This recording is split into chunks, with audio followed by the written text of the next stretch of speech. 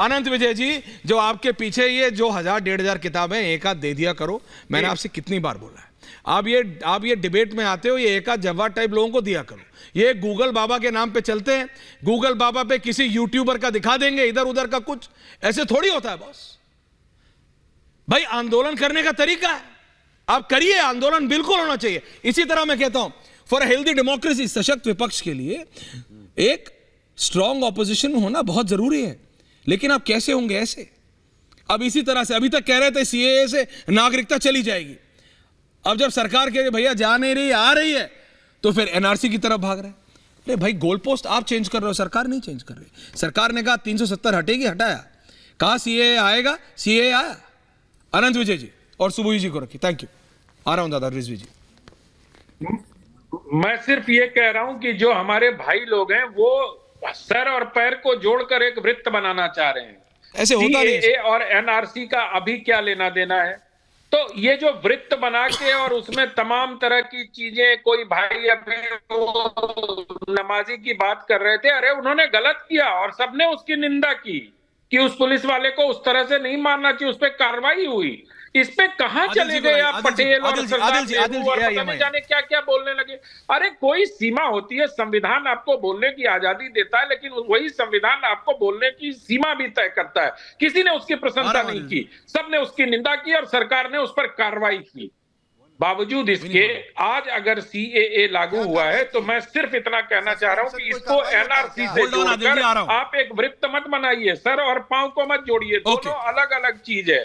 और दूसरी बात यह है कि जो व्यक्ति, किसी से कोई कागज नहीं मांगा जाएगा, जो यहां रह रहे हैं 1947 के बाद, जैसा अभी बहुत अच्छे से एक्सप्लेन किया गया कि किस प्रकार से माइनॉरिटीज का, जो पीड़ित माइनॉरिटीज है, उनको यहां दिया जाएगा। आप जाके देखिए। और ये सीएए का कानून हिंदू मुसलमान का कानून नहीं है, ये ह्यूमन राइट्स लागू करने का कानून है, ये मानवाधिकार का कानून है। इसको जरा खुले दिमाग से सोचिए। जरा राजस्थान के गांव में जाइए, जहां की पाकिस्तान से पीड़ित हिंदू परिवार सैकड़ों की संख्या में मतलब नारकीय जीवन जीने को विवश हैं। ऐसे लोगों को ये नागरिकता देने का कानून। और दूसरे एक भाई अभी कह रहे थे, तो मुसलमानों को जो नागरिकता दी गई मोदी के कार्यकाल में, वो नागरिकता देना बंद नहीं हो जाएगा। वो मेरिट के आधार पर उनको वो नागरिकता मिलते रहेगी, वो अप्लाई। आदिल जी बोलिए ना, आदिल जी एंडिंग कमेंट्स के लिए सबके पास आ रहा हूं। आदिल जी और सुबोही जी, पॉइंट टेकन सर। बिना मतलब इसको आप चुनावी राजनीति से जोड़ के लोगों को भड़काने का जो काम, पॉइंट टेकन अनंत विजय जी। आदिल जी बोलिए। बहुत गलत कर रहे हैं और मुझे लगता है कि ये काम वही लोग कर रहे हैं जिनकी संविधान में आस्था नहीं है। जी आदिल जी और सुबोही जी बनवासी जी।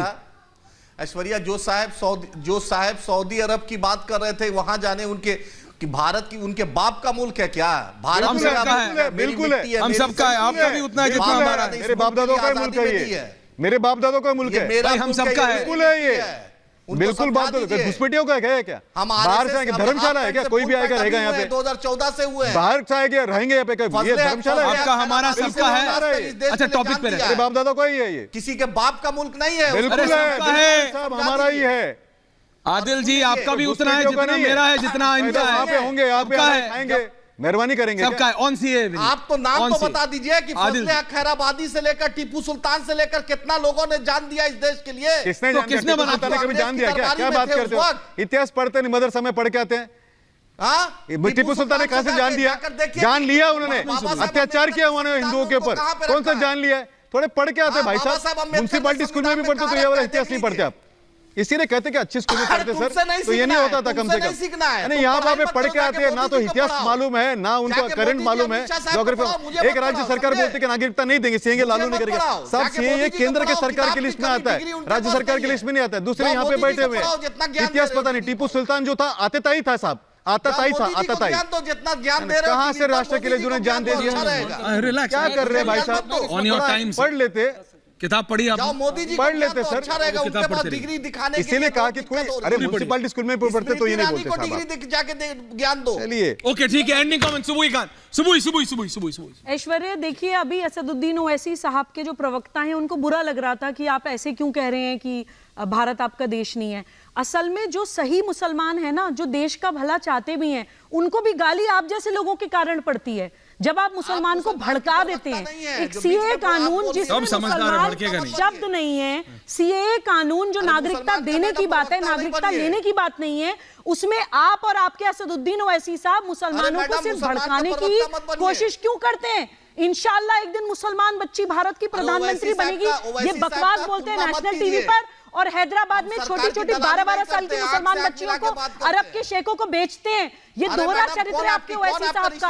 आप जैसे डबल स्टैंडर्ड्स और सिर्फ नाम के ढोंगी मुसलमानों के कारण जो सच्चा मुसलमान है उसको भी लोग शक्ति नजर से देखते हैं। देखिए, ओके ठीक है, ending comments, ending comments Bharat में ओके सुबोई जी, होने के नाते मैं फिर कह रहा हूं सुबोई जी, तो दूसरे देशों के अल्पसंख्यकों को वो सुविधाएं, वो सुरक्षा क्यों ना मिले? सबको देखिए, ये नागरिकता देने का कानून है, लेने का नहीं। रिजवी जी 30 दूंगा यार, किताब का तुमने नाम ढूंढ लिया ना गूगल पे। ऐश्वर्या जी, रिलैक्स करो रिजवी जी। ऐश्वर्या जी, बिल्कुल ये आप सही कह रहे हैं।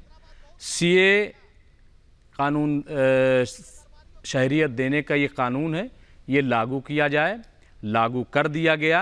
अब चाहिए सरकार को जल्दी जल्दी जो लोग यहाँ पे आए हैं प्रताड़ना सह करके, उन्हें शहरियत दे दी जाए और चैप्टर क्लोज कर दिया जाए। ये मेरा कहना है, आप दे दीजिए, इस पे राजनीति न कीजिए, नहीं होनी चाहिए, नहीं मिलेगी। पर मेरे को बस दिक्कत ये है यहाँ पे रिजवी जी, आप समझ गए, thank you very much for understanding, है ना, क्योंकि आप लोगों को लाखों लोग फॉलो करते हैं, आप लोग जाके देते हैं सोशल रिफॉर्म। मैं कह रहा हूँ, केरला के सीएम कह रहे हैं मैं नहीं करूंगा लागू, पश्चिम बंगाल की मुख्यमंत्री कह रहे मैं पहले पढ़ूंगी। आप पढ़िए, बिल्कुल पढ़िए, अगर इसमें किसी की भी नागरिकता लेने का कहा है तो आप बात करिए ना।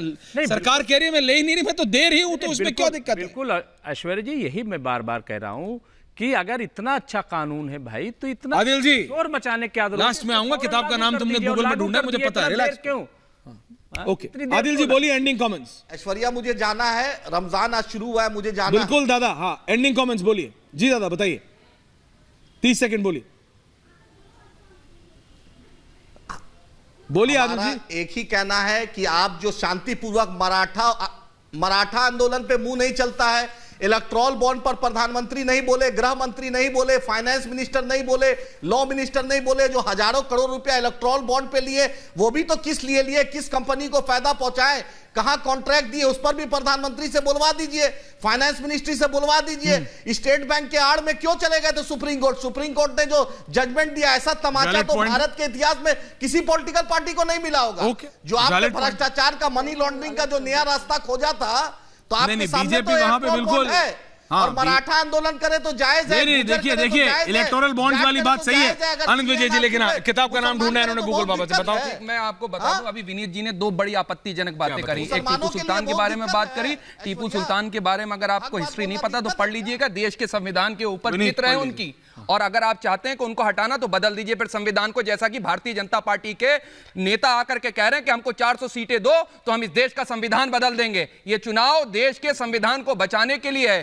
तीसरी सबसे बड़ी बात, हम बाबा साहब भीमराव अंबेडकर के संविधान को दिए हुए को मानते हैं, और यहां भारत में इसीलिए हम मजबूती के साथ हैं। जिस दिन और हमेशा होंगे, और हमेशा इनकी मोहताजगी पे नहीं है, अरे किसी की नहीं है, भारतीय जनता पार्टी की मोहताजगी पे कोई नहीं है, उनकी जूतों, कांग्रेस में भी नहीं है कोई।